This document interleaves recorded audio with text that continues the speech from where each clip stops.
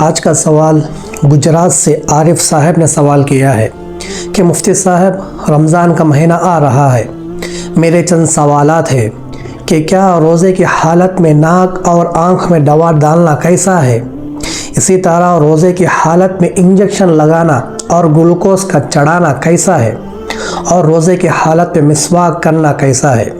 اسی طرح روزے کی حالت میں سگریٹ پینا اور انہیلر کا استعمال کرنا کیسا ہے، اسی طرح روزے کی حالت میں اگر سو جائے اور سونے کی حالت میں احتلام ہو جائے تو کیا روزہ ٹوٹ جاتا ہے یا نہیں؟ جواب مرحمت فرمائے، عند اللہ ماجور ہوں۔ عارف بھائی، سب سے پہلے دو چیزوں کا جاننا ضروری ہے۔ پہلی چیز ہے کہ کوئی بھی چیز منہ کے ذریعے سے پیٹ کے اندر داخل ہو جائے، چاہے وہ کھانے والی چیز ہو یا نہ کھانے والی چیز ہو، جیسے کھانے والی چیز کھانا ہے، پینا ہے، اسی طرح نہ کھانے والی چیزیں جیسے پتھر ہے یا کوئی اور چیز ہے جو ہم عموماً نہیں کھاتے ہیں،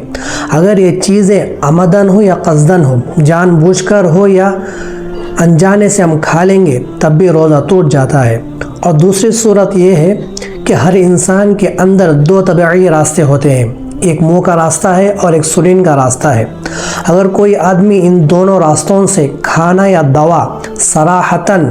داخل کرے اور وہ دوا یا کھانا صراحتاً میدے تک یا دماغ تک جا کر پہنچ جائے تو اس سے بھی روزہ ٹوٹ جاتا ہے۔ تو اس سے ہم کو یہ بات پتہ چلتی ہے کہ ناک کے اندر اور آنکھ میں دوا ڈالنے سے روزہ نہیں توڑتا، کیونکہ آنکھ کے اندر اور ناک میں دوا ڈالنے سے یہ دوا صراحتاً یعنی ڈائریکٹ پیٹ تک نہیں پہنچتا، بلکہ درمیان میں بہت سارے رکاوٹیں آتے ہیں، اسی لیے ان چیزوں سے روزہ نہیں توڑتا۔ اسی طرح روزے کی حالت میں انجیکشن لگانا اور گلوکوز کا چڑھانا، ان سے بھی روزہ نہیں توڑتا، کیونکہ انجیکشن کی دوا اور گلوکوز صرف رگوں کے اندر چلتا ہے، یہ پیٹ کے اندر داخل نہیں ہوتا، اسی وجہ سے ان سے بھی روزہ نہیں توڑتا۔ اسی طرح روزے کی حالت میں مسواک کرنے سے بھی روزہ نہیں توڑتا۔ اگر کوئی آدمی روزے کی حالت میں سگریٹ پیتا ہے یا انہیلر استعمال کرتا ہے تو ان دونوں چیزوں سے روزہ ٹوٹ جاتا ہے،